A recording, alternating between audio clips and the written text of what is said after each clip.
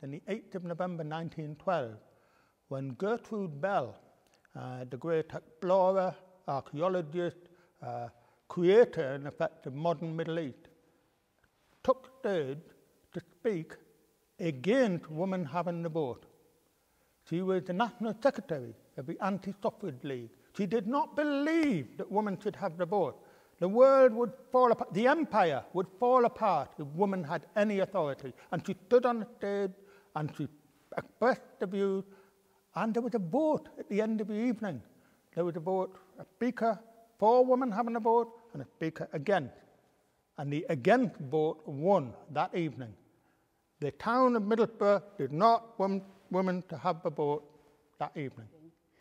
We spoke to one elderly gentleman at the town meal who was in his 90s, who'd been to a concert as a schoolboy. He'd been reluctant to go, but he watched a very tall, rather gaunt person wander onto the stage and sit down at the grand piano and play astonishing music, and it was Rachmaninoff.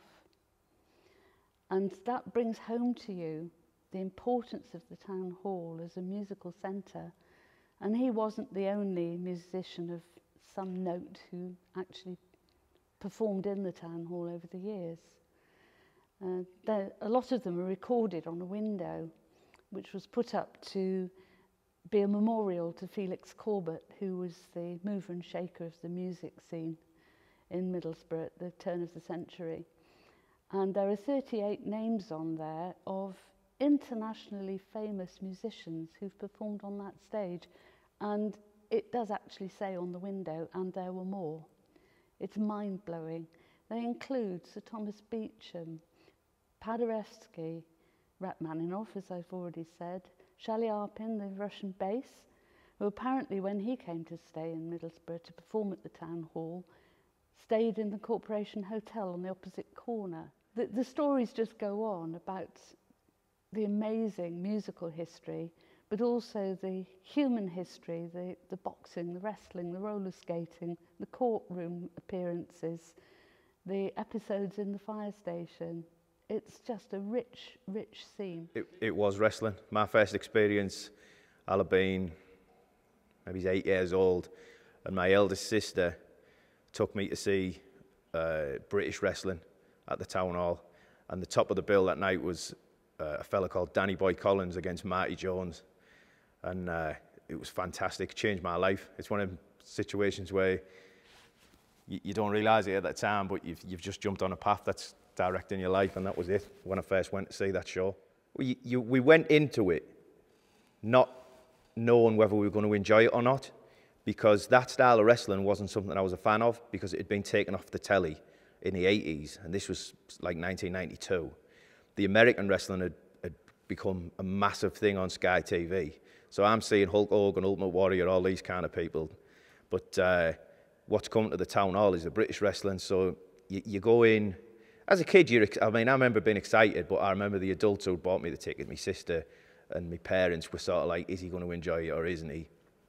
You get there, packed. It was a full house, not a seat, empty. The atmosphere was up the chart. You know, it was just so exciting.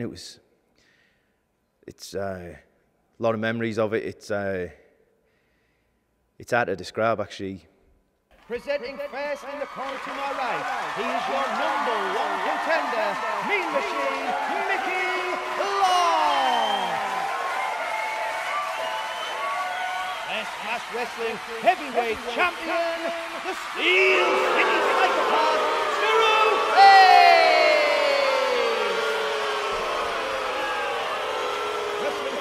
Contest #1 is a heavyweight contest where one fall.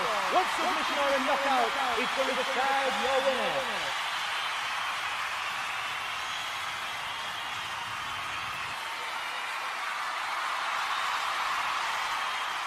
I suppose, because I've never been a football fan, so I was never like at Ayresome Park where it was absolutely chock-a-block full of people. So this, other than sort of at school, this will have been the first time I was ever in that environment where I'm shoulder to shoulder with a lot of strangers, packed.